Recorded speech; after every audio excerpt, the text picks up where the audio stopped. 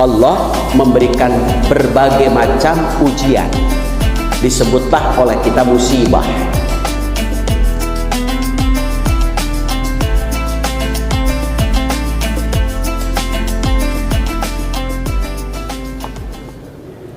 Assalamualaikum warahmatullahi wabarakatuh. Bismillah walhamdulillah wa la ilaha illallah, la hawla wa la quwwata illa billah. Ashhadu an la ilaha illallah wahdahu la syarika lah, wa ashhadu anna Muhammadan abduhu wa rasuluhu la nabiyya ba'dah. Wa nusalli wa nusallim ala sayyidina Muhammadin ibn Abdillah, amma ba'du. A'udzu billahi minasy syaithanir rajim. Bismillahirrahmanirrahim. Ya ayyuhalladzina amanu ittaqullaha haqqa tuqatih wa la tamutunna illa wa antum muslimun. Pada kajian subuh ini hadis arba'in tentang agama itu adalah nasihat. Hadisnya an Abi Ruqayyah Tamimi ibni Aus ad-Dari anna Nabiyya sallallahu alaihi wasallam qala ad-dinun nasihah. Dari Abu Ruqayyah Tamim bin Aus, salah satu suku dari Aus. Ad-Dari radhiyallahu an, ia berkata bahwa baginda Nabi Muhammad sallallahu alaihi wasallam bersabda,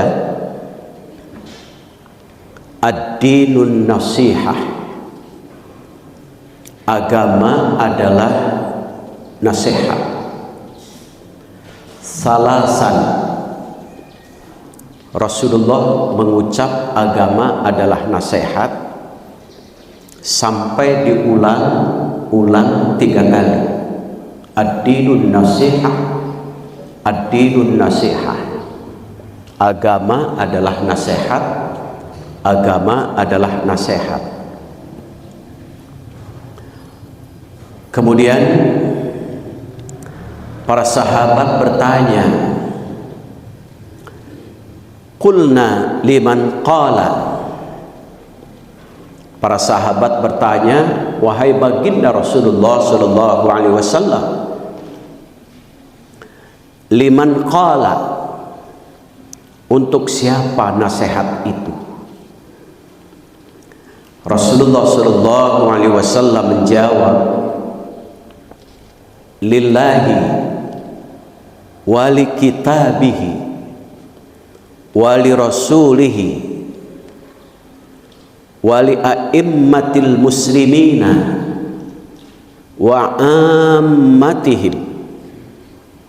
Kata Rasulullah sallallahu alaihi wasallam, nasihat itu untuk Allah, untuk kitab Allah, untuk Rasul Allah, untuk para pemimpin, dan untuk orang-orang masyarakat biasa seperti kita. Hadis yang diriwayatkan oleh Muslim. Di situ ada lafaz ad-din dan an-nasihah. Ada 2 kata atau 2 lafaz. Ad-din itu terbentuk dari lafaz, kalau pendekatan bahasa Arab, dana yadinu, bisa dinun, bisa dainun. Dana yadinu dinun artinya agama atau pembalasan atau aturan atau juga undang-undang. Itu arti agama. Makanya dalam bahasa Sangsekerta, agama itu dari dua kata, a dan gama. A tidak, gama acak-acakan. Agama itu tidak acak-acakan, berarti teratur.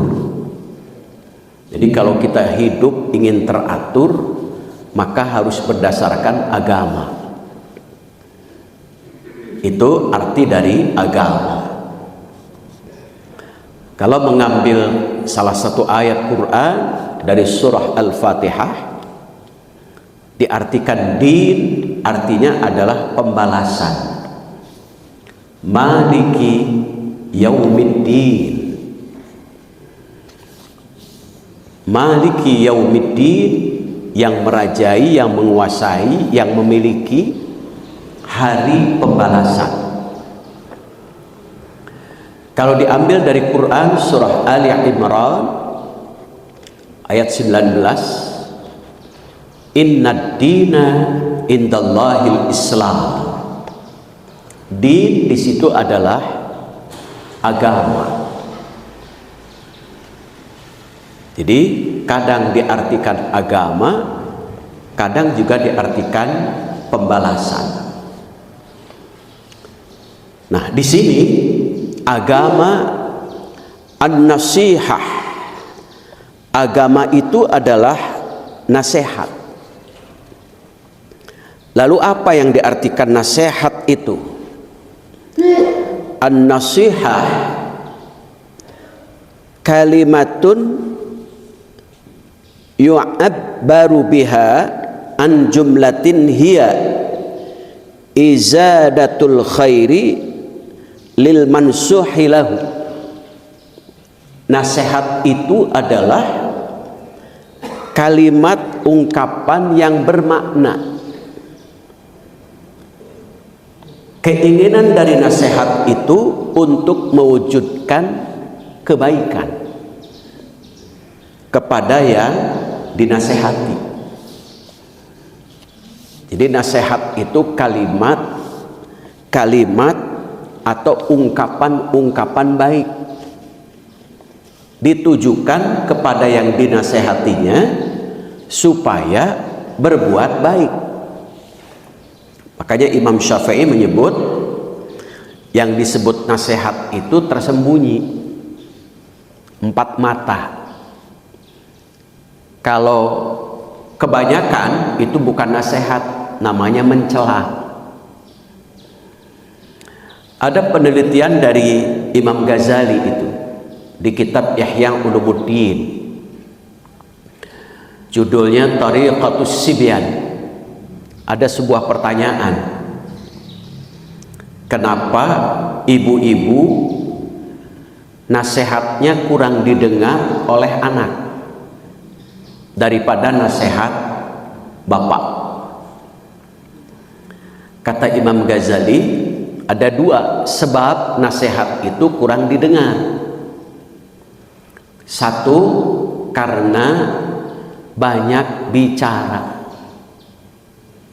alias cerewet alias ngawek-wek itu, sehingga oleh anak dianggap mamah mah biasa, bukan lagi disebut nasihat. Mamah mah kitu mah biasa, arin teu kitu mah sanes ge mamah, cenah kitu. Itu kata Imam Ghazali itu. Jadi tidak dianggap nasihat. Bapak didengar karena bapak mah rada kurang bicara kalau di rumah, tapi dukating upami di luar mah gitu. Itu. Nah, yang kedua kata Imam Ghazali, kenapa nasihat itu kurang didengar? Karena kebanyakan ibu-ibu nasihatnya di belakang anak. sambil nyuci piring nasihat teh. Piring dicuci, mulut teu cicing. Angger ngawek-wek. Budakna menduka ka mana? Tidak sambil nyuci piring, sambil sasapu. Ibu sasapu di handap, budakna di luhur. Itu. Matek teu dianggap nasihatnya. Nasihat yang terbaik itu kata Imam Ghazali adalah dipanggil anak itu, kemudian ngadu 4 mata. Nah, sini. Baru itu nasihat. Dan tidak di depan adik atau kakaknya. Kenapa? Kalau nasihat itu di depan adik atau kakaknya, kata Imam Ghazali, sama dengan menjatuhkan kehormatan anak. Contoh, ada kakaknya yang bermasalah, dinasehati oleh ibunya. Kemudian saat kakaknya itu menasehati adiknya, adiknya menjawab, kakak juga gitu tuh. Karena sebab apa? Ibunya memberi nasihat di depan adiknya, sehingga nasihat kakak tidak didengar oleh adiknya. Kalau kakak jawab, kakak oge gitu sarua, gitu. Nah, itulah sebab nasihat itu kurang didengar. Nah, kemudian ada juga yang mengartikan al-mu'minu yassuru wa yansah wa yansahu. Seorang mukmin itu biasanya menutupi aib saudaranya. Jadi karakter, sikap, akhlak orang mukmin itu menutupi aib saudaranya. Wal fajiru yahtuka wa yu'abbir. Sedangkan orang yang berdosa biasa membuka aib dan menjelek-jelekkan. Jadi kita tinggal pilih choice. Kalau kita jadi mukmin, berarti sifatnya menutupi aib atau kejelekan orang lain. Kalau kita orang yang berdosa, berarti pekerjaannya tukang menjelek-jelekan orang. Maka dalam Quran surah Al-Hujurat itu salah satu ayat Quran, yaitu surah Al-Hujurat ayat 12. Ya ayyuhalladzina amanu jtanibu katsiran minadh-dhanni. Hai orang-orang yang beriman, jauhilah oleh kalian banyak buruk sangka. Wala yaghtab ba'dukum ba'dha. Wala tajassasu wala yaghtab ba'dukum ba'dha. Janganlah kalian suka mencari-cari kesalahan orang lain, dan jangan suka membuka aib orang lain. Kenapa? Diibaratkan ayuhibbu ahadukum ayyakula lahma akhihi maitan fakarihtumuhu. Apakah kamu suka ayyakula lahma akhihi, membuka aib, mencari kesalahan orang lain itu diibaratkan makan daging bangkai. Padahal fakaritumu, kita sendiri tidak suka. Jadi diibaratkan membuka aib orang lain itu memakan daging bangkai. Kita sendiri jijik untuk memakannya. Itu disebut dengan nasihat itu. Mukmin itu tandanya selalu menutupi aib, bukan membuka aib.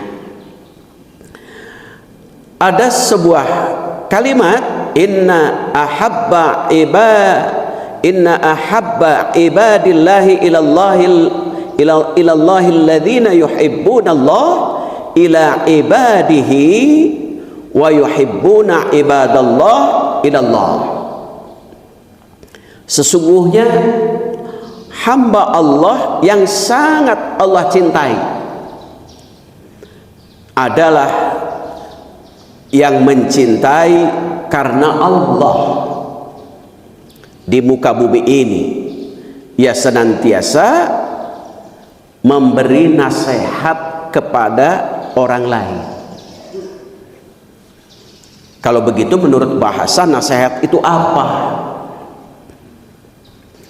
Nasihat itu menurut bahasa adalah menambal atau menjahit.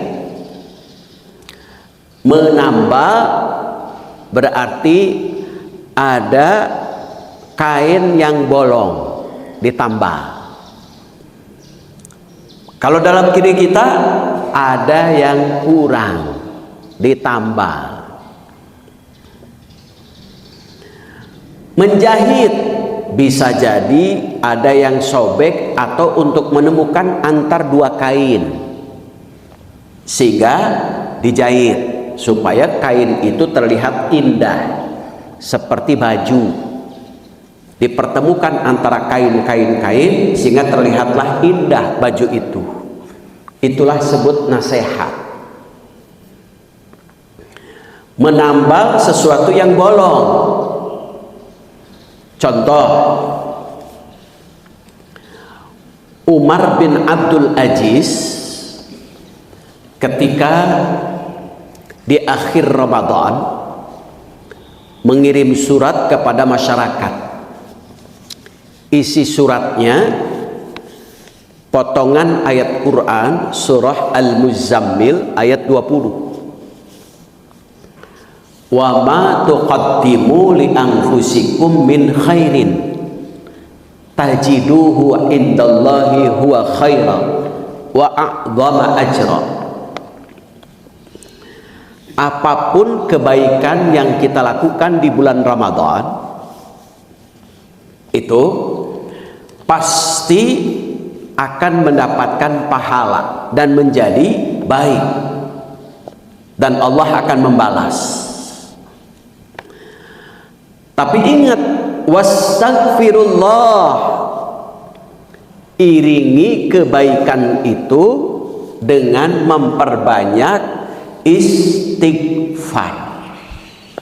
Jadi ternyata istighfar itu bukan hanya untuk para pendosa, tetapi juga istighfar itu untuk bapak-bapak dan ibu-ibu yang selalu semangat berbuat baik.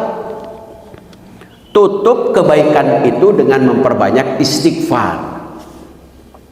Kenapa kebaikan ditutup dengan istighfar? Khawatir ketika kita berbuat baik ada kekurangan di sana sini, bisa rukunnya, bisa syaratnya, atau bisa hal-hal yang mengurangi pahala. Maka sebagai penyempurna kebaikan kita, salah satunya adalah banyak istighfar. Itu nasihat itu. Jadi kan kesan masyarakat banyak istighfar itu seolah-olah banyak bagi para pelaku dosa. Bagi para pelaku, orang-orang yang rajin berbuat baik pun tutup kebaikannya dengan memperbanyak istighfar. Makanya di akhir 10 akhir Ramadan kan kalimat istighfarnya, kalau surat dari Umar bin Abdul Aziz itu dengan kalimat istighfar Nabi Adam. Rabbana zalamna anfusana wa illam taghfir lana wa tarhamna lanakunanna minal khasirin. Itu istighfarnya Nabi Adam. Rabbana zalamna, ya Allah, kami ini sudah berbuat dosa. Wa illam taghfir lana, jika engkau tidak menutupi aib kami, tidak mengampuni dosa kami, Maka wa illam taghfir lana lanakunanna, pasti kami ini akan menjadi apa? Minal khasirin, orang-orang yang rugi. Itu disebut muflis dalam bahasa hadis, orang yang berbuat baik tapi bangkrut. Kenapa? Pahalanya gugur.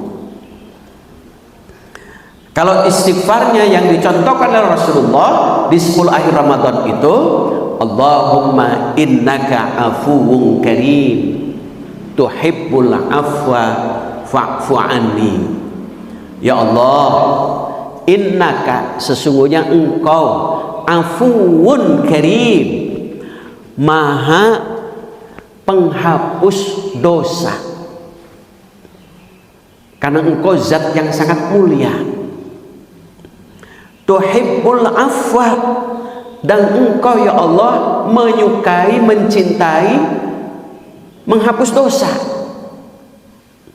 Fa'fu anni, ya Allah hapuslah dosa-dosaku. Berarti ada dua, ada istighfar, ada al-afu. Istighfar minta ditutup aibnya, dosa kita. Al-afu minta dihapus. Kalau hanya sekedar ditutup, bisa jadi catatannya masih ada, masih ada goresan. Tapi kalau sudah ditutup, dihapus, berarti sudah mulai lembaran baru, putih bersih. Maka nanti di Idul Fitri, Bapak Ibu, diibaratkan kayaumin waladat min ummi. Bersihnya itu seperti bayi yang baru dilahirkan, dalam keadaan suci, bersih. Itu namanya bayi. Orang Sunda bilang bayi nicen wae disebut indah, itu karena bersihnya itu. Kalau bapak ibu micen wae muncrut, itu luar biasa. Karena bersihnya bayi micen wae dugikeun disebut indah. Dan bayi bangun tidur harum, apalagi kalau sudah mandi tambah harum. Bayi walaupun giginya tidak ada, terlihat lucu. Kalau bapak ibu giginya tidak ada, metik itu. Kelihatannya itu. Jadi beda itu. Kalau sekarang sebutnya metik, bukan ompong itu. Ada bahasa halus itu ya. Ompong Makassar teuing gitu. Jadi metik itu. Nah, itulah nasihat itu. Nasihat. Jadi menambal sesuatu yang bolong atau menjahit sesuatu yang sobek. Berarti ada bolong, ada sobek. Maka nasihat itu harus dengan lembut, bukan dengan kasar. Rasulullah Shallallahu Alaihi Wasallam pernah dipesan oleh Allah dalam Quran surah Ali Imran ayat 159. Ketika setelah perang Uhud kalah, banyak orang yang menyalahkan akibat Rasul. Lalu Rasulullah dipesan oleh Allah, fabima rahmatim minallahi lintalam, karena sebab rahmat dari Allah, engkau Muhammad harus tetap lemah lembut walaupun banyak yang menyalahkan. Jangan sosorongot bari polotot, jangan disikapi dengan marah, tetap lemah lembut. Kenapa? Walau kunta faddan ghalidhal qalbi lang faddu min haulik. Jika engkau Muhammad memiliki sikap kasar, pemarah, sensitif, mudah marah, sosorongot bari polotot, lang faddu min haulik, pasti umat-umat kalian itu Muhammad, kata Allah, akan lari. Maka di situ ada kalimat, walau kunta faddan ghalidhal qalbi lang faddu min haulik fa'fu anhum. Ya sudah, maafkan mereka kalau salah. Tuh. wastaghfir lahu, mohonkan ampun untuk mereka yang salah. Wasyawirhum, kalau ada masalah musyawarah kembali. Hasil dari musyawarah, fa idza azamta fatawakkal 'alallah. Kalau sudah punya tekad, hasil dari musyawarah akan diwujudkan, akan dilaksanakan, bertawakal kepada Allah Subhanahu wa taala. Itu pesan Rasulullah itu. Jadi ketika memberi nasihat, satu, lemah lembut. Jangan kasar, jangan keras. Dengan teknik lemah lembut. Yang kedua, nasihat itu tidak selamanya diterima oleh orang yang kita nasihati. Maka ketika nasihat itu diterima dengan kemarahan oleh yang dinasihati, fa'fu anhum, kita menjadi pemaaf. Sama dengan ketika Bapak Ibu mengingatkan orang yang hutang. Kan di kita budayanya orang yang hutang itu lebih galak daripada yang menghutangi. Maka tetap jangan terpancing itu. Itu adalah nasihat itu. Makanya di sini yang sebut nasihat artinya adalah suci, bersih dari kotoran. Jadi kalau Bapak Ibu akan memberikan nasihat, tutur katanya bersih, pikiran jernih, hati bersih. Jangan dengan kebencian nasihatnya. Kalau dengan kebencian bukan nasihat, itu namanya dendam. Nasihat itu dengan kasih sayang. Jadi pikiran orang yang memberi nasihat harus jernih, hatinya bersih. Karena arti nasihat adalah suci dan bersih dari kotoran. Itu. Kemudian nasihat juga artinya adalah dua hal yang saling merapat dan bersatu, sehingga tidak berjauhan di antara keduanya. Makanya nasihat itu tidak berjauhan, dekat. Upami nasihat jauh, itu bukan nasihat, namanya gogorowokan. Mana itu? Wah, itu bukan nasihat, gogorowokan. Yang disebut nasihat itu adalah dua hal yang saling merapat, bersatu, sehingga tidak berjauhan di antara keduanya. Itu kalau menurut makna lafadz nasihat itu. Makanya agama itu adalah nasihat. Supaya apa? Dekat dengan Allah. Karena dana yadinu dain bisa berarti hutang. Berarti kita punya hutang kepada Allah. Hutang kepada Allah dibayar dengan ketaatan, yaitu agama. Dengan ketaatan kepatuhan, yaitu dengan agama itu. Makanya kalau dalam khutbah ada rukunkan yang menjadi nasihat, yaitu rukunnya nasihat takwa. Usikum bitaqwallah azza wa jalla, itu was-sam'i wat ta'ati. Saya memberi nasihat kepada kalian agar tetap bertakwa kepada Allah azza wa jalla, tetap mendengar, tetap taat. Itu wa in ta'mura 'alaika 'abdun, dan tetap taat kepada orang yang memerintahkan kalian, yaitu sebagai seorang hamba sahaya atau budak. Kita katakan abdun itu. Hadis riwayat dari At-Tirmidzi. Nah, nasihat Allah itu ada dua. Nasihat Allah. Satu, nasihat Allah itu yang bisa bicara, yaitu Al-Quran. Jadi kalau Bapak Ibu sedang baca Quran, berarti sedang dinasehati.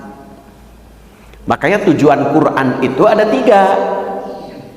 1, at-ta'abbudu bitilawatihi. Quran itu membacanya ibadah, berarti Quran sebagai bacaan. Itu yang pertama tujuannya.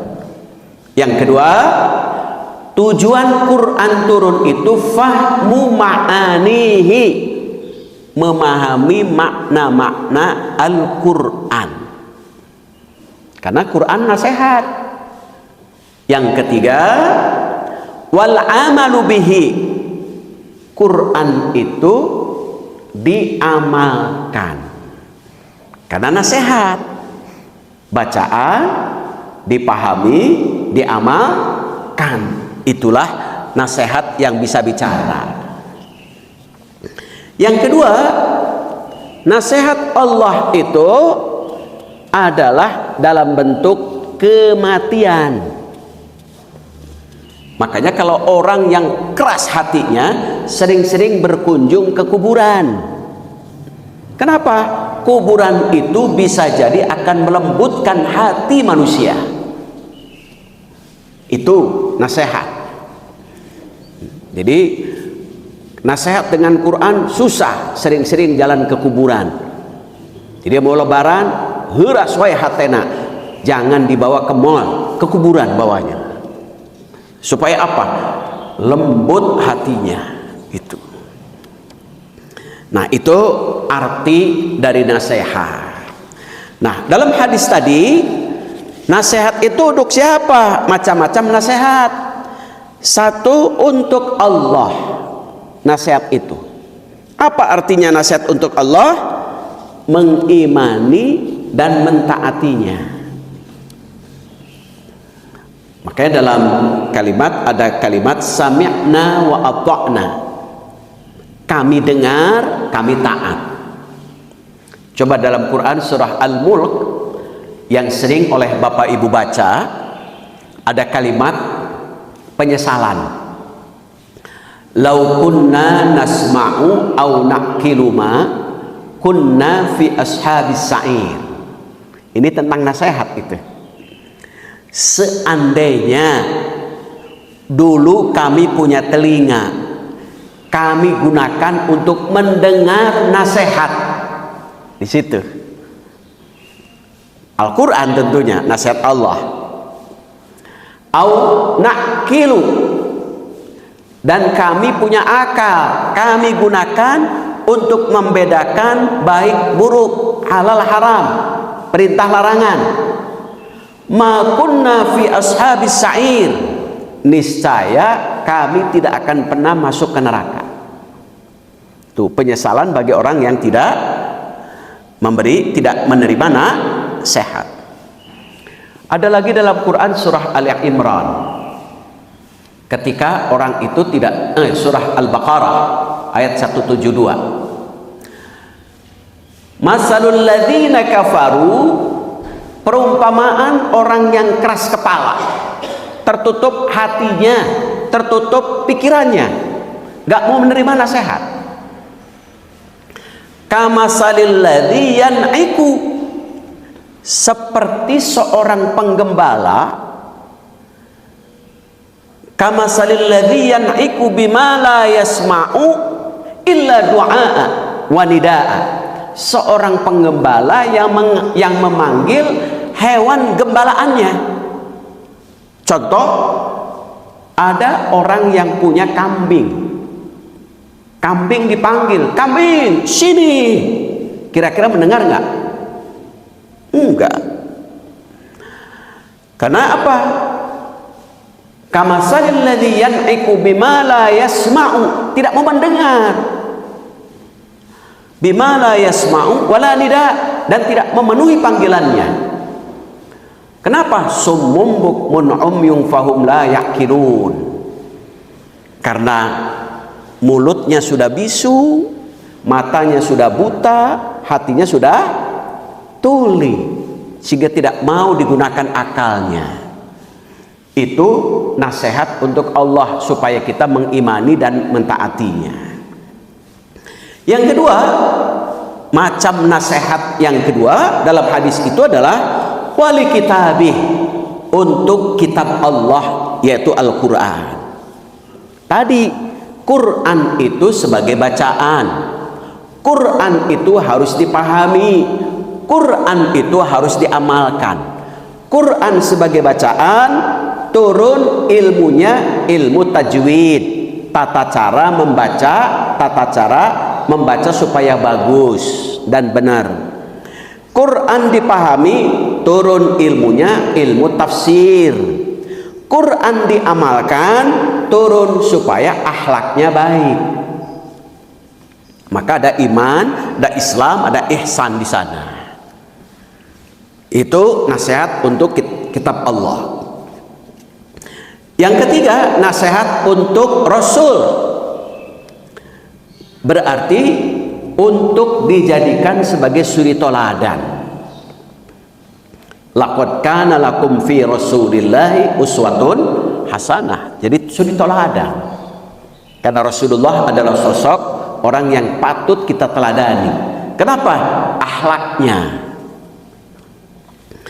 Yang ketiga, untuk para pemimpin atau ulama atau umara, mendukung dalam kebenaran dan menasihati dengan santun ketika ada kesalahan.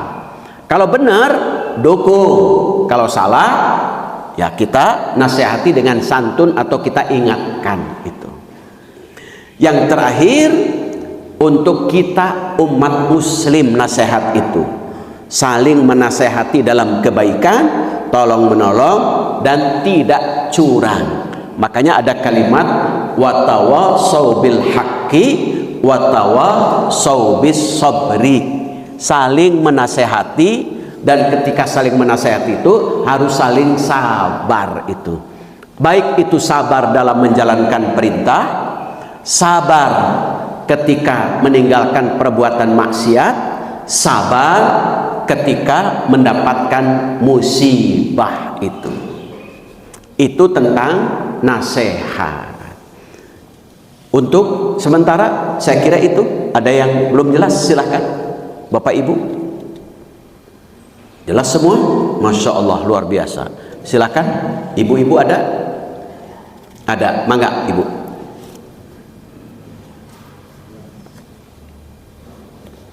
Silakan ibu.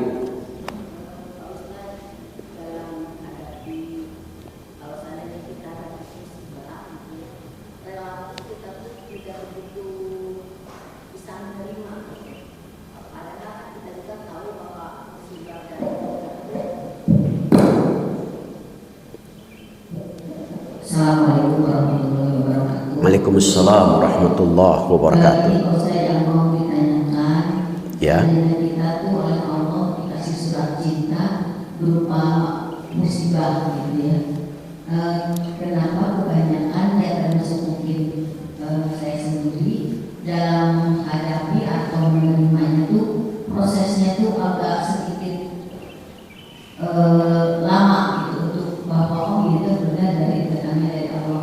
Beda dengan ketika kita menerima anugerah padahal dua-duanya datang dari Allah. Nah itu untuk menyikapi hal yang demikian supaya ada kata kunci bahwa kita tuh memang harus ikhlas gitu menerima hal yang demikian. Kira-kira apa Pak Ustaz? Ya. Yang pertama, arti musibah itu ma'asobat, apa-apa yang menimpa.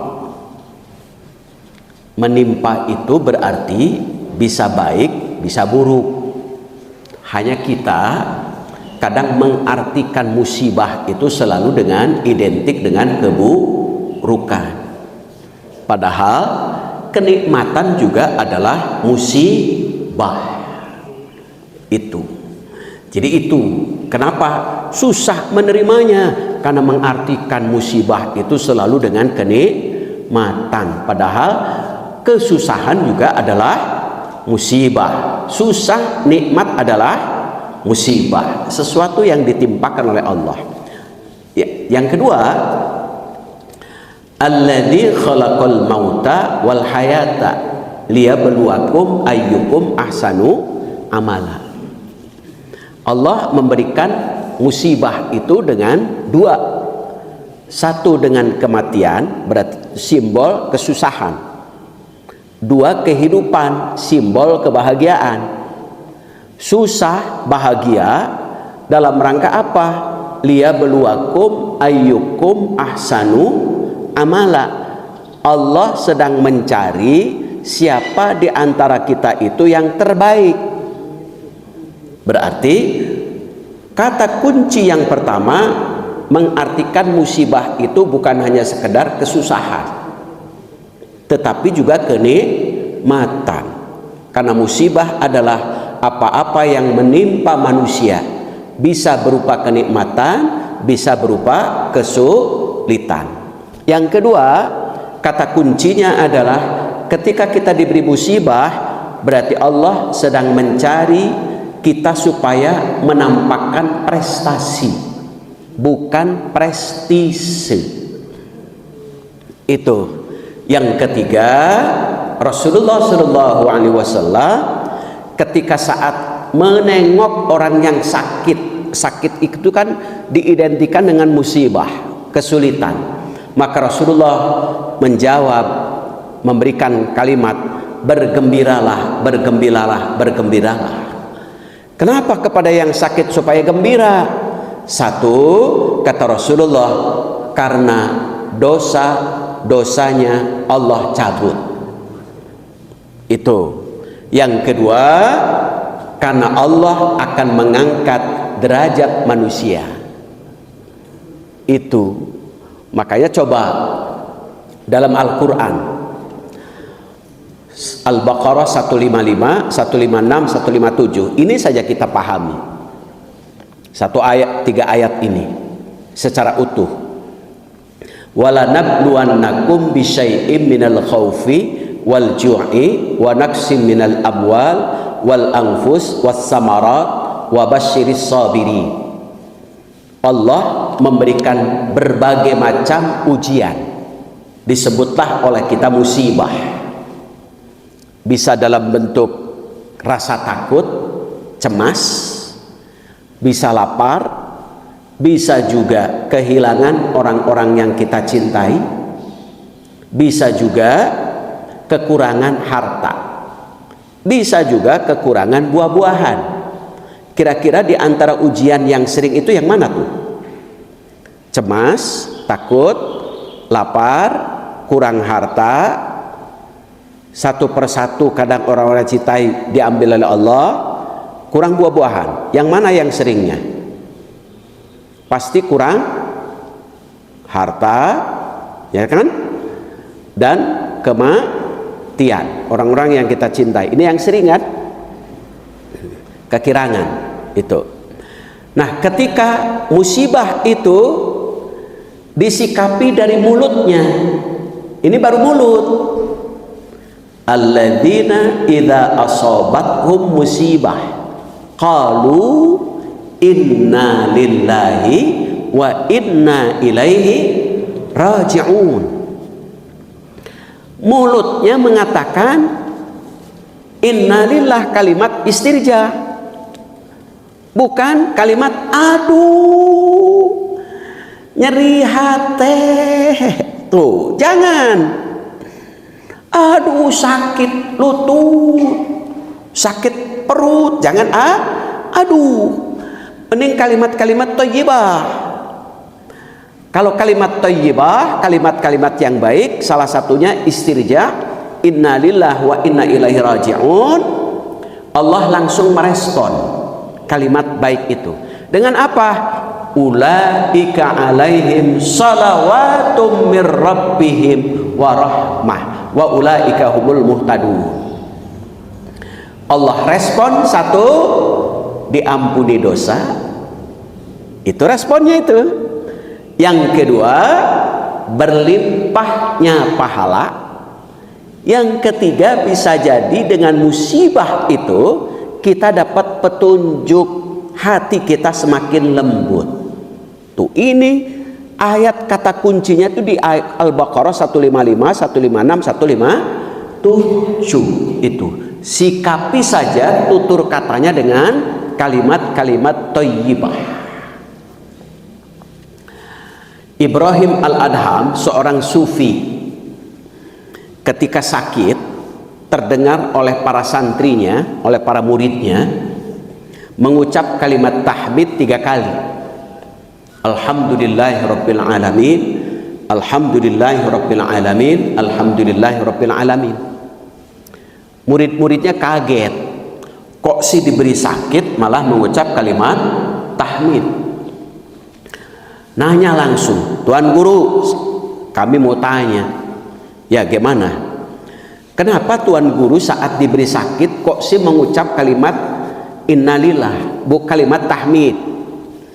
Yang pertama, Tuan Guru itu menjelaskan, alhamdulillahirabbil alamin, mulut saya keluar kalimat tahmid karena saat sakit saya keluar kalimat innalillahi wa inna ilaihi raji'un.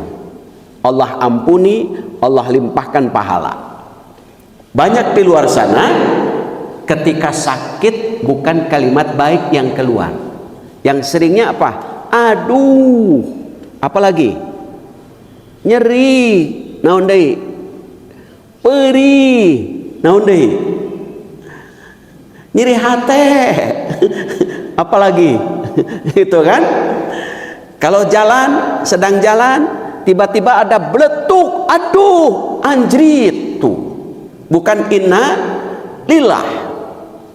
Nah, alhamdulillah mulut dibimbing oleh Allah mengucap kalimat istirijah katanya.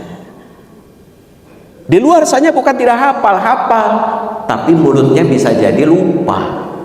Yang kedua, kata Ibrahim Al-Adham, ketika diberi sakit kalimat tahmid yang keluar, alhamdulillahirabbil alamin, musibah ini tidak 2 kali lipat dari ini. Coba kalau 2 kali lipat dari ini pasti lebih susah. Kalaulah sakit 2 kali lipat dari ini, kami nggak bisa jalan. Tapi alhamdulillah sakitnya masih ringan. Itu kata Ibrahim Al-Adham. Yang ketiga, alhamdulillahirabbil alamin. Yang ketiga, alhamdulillah Allah memberi sakit di dunia, masih sempat untuk tobat. Coba kalau api neraka sudah di depan, kami tidak punya kesempatan waktu untuk tobat. 3 pembelajaran dari Ibrahim Al-Adham. 1, kalimat istirijah, innalillah. Yang kedua, dia mensyukuri karena musibah itu tidak 2 kali lipat. Yang ketiga, karena musibah itu masih di dunia, masih sempat untuk tobat. Itu makanya kemarin saya ulang, penghapus dosa itu ada 3 amalan. 1, tobat. 2, amal soleh. Itu kan penghapus dosa itu. 1, tobat. Yang kedua, amal soleh. Itu yang ketiga dengan musibah. Itu penghapus dosa itu. Jadi kalau kita ingin hapus dosa, tobat, amal soleh dengan musibah. Kira-kira pilih yang mana? Musibah atau tobat? Mending amal soleh. Diiringi dengan tobat. Itu penghapus dosa itu 3 amalan. Maka 10 akhir Ramadan ini pertobatan kita, tobat, perbanyak amal soleh, kemudian mudah-mudahan dihindari dari musibah. Kalaupun Allah memberikan musibah, berarti tandanya Allah akan menghapus dosa kita dan mengangkat derajat kita. Kenapa? Saat sakit Allah cabut 3 hal dalam diri kita. 1, dicabut rasa makan, kurang enak, bahkan tidak enak. Yang kedua, dicabut raut mukanya layu. Itu. Yang ketiga, dicabut dosanya. Saat Allah memberi sehat, dikembalikan 2, yang satunya tetap dicabut. Dikembalikan apa? Rasa makan jadi enak. Maka disebut mamayu. Makannya. Yang awalnya sasuap 2 huap, mual, muntah. Ayeuna tos sehat 2 piring. Kirang kene 3 piring. Mamayu. Itu. Yang ketiga, yang kedua, raut mukanya tambah fresh kembali, fresh and fun, fresh, seger, fun, menyenangkan kembali. Walaupun tidak dibedak, tapi menyenangkan suami kembali. Kenapa? Seger. Beda dengan waktu sakit, layu walaupun dibedak. Itu dikembalikan oleh Allah yang dua itu. Yang ketiga, tetap dosa tidak dikembalikan, tetap Allah cabut. Itu kira-kira kalau ingin dicabut dosa, mau musibah, tobat atau amal soleh? Amal soleh itu, supaya tidak diberi musibah itu. Tapi musibah itu selalu pasti ada, karena kita makhluk hidup. Itu kata kuncinya, saya kira itu. Ada lagi? Mangga, silakan Bapak Ibu. Tidak ada? Oh, ada. Silakan Ibu, kalau ada. Jadi itulah nasihat. Jadi nasihat itu penting untuk mengingatkan kita. Karena kadang-kadang kata Imam Ghazali, orang itu kadang-kadang sedang tidur. Maka kalau sedang tidur bangunkan supaya ingat. Itu. Karena kalau tidur berarti dia lupa, bangunkan supaya ingat kembali. Itulah fungsinya nasihat. Kadang-kadang kita tertidur lelap itu, maka yang bangun-bangun itulah harus dibangunkan supaya ingat kembali, tidak larut dalam tidurnya. Itu. Kenapa? Suatu saat Allah akan tanya itu. Dalam Quran surah Az-Zumar itu ayat 71 itu. Wasiqal ladzina kafaru ila jahannama zumara. Orang-orang yang keras kepala, orang yang kafir, Allah akan giring ke neraka Jahannam secara berbondong-bondong. Hatta idza ja'uha futihat abwabuha, sampai pintu-pintu neraka itu terbuka. Kemudian saat dibuka, Allah tanya, alam ya'tikum rusulun minkum, apakah saat dulu tidak ada para rasul yang memberikan nasihat? Tuh kan Allah tanya nantinya itu. Apakah saat dulu tidak ada ustadz, ulama, kiai, sepuh, orang tua yang tidak memberi nasihat? Pertanyaan itu. Atau yatluna alaikum ayati rabbikum, atau tidak ada yang membacakan ayat Quran? Wa yunzirunakum liqa'a yaumikum hadza, atau tidak ada yang memberikan peringatan, nasihat? Mereka menjawab, nasihat itu sudah diberikan. Qalu bala, kami sudah sering mendengar nasihat, tapi telinganya nggak mau dengar itu. Walakin haqqat kalimatul adzab, sehingga kalimat-kalimat nasihat-nasihat itu kami abaikan, kami dustakan. Na'udzubillah. Makanya suatu saat akan ditanya kalau kita tidak beri nasihat itu. Kalau suami tidak memberikan nasihat, maka ditanya. Makanya harta yang sangat berharga adalah zaujatun mu'minatun tu'inuhu ala ta'atillah. Bapak ibu punya pasangan yang selalu mengingatkan, memberi nasihat, mendorong untuk taat kepada Allah. Jangan menghalang-halangi ketaatan suami atau istri, tapi saling dorong. Itu saya kira itu yang tambahannya, sebagai tambahan. Tidak lagi yang di masalah cukup. Kalau cukup itu saja barangkali yang saya sampaikan pada pengajian subuh ini. Mudah-mudahan kita sehat, panjang umur, diiringi dengan keberkahan. Kita tutup sama-sama pengajian ini dengan membaca doa kifaratul majlis. Subhanaka Allahumma wa bihamdika asyhadu an la ilaha illa anta astaghfiruka wa atubu ilaik. Assalamualaikum warahmatullahi wabarakatuh.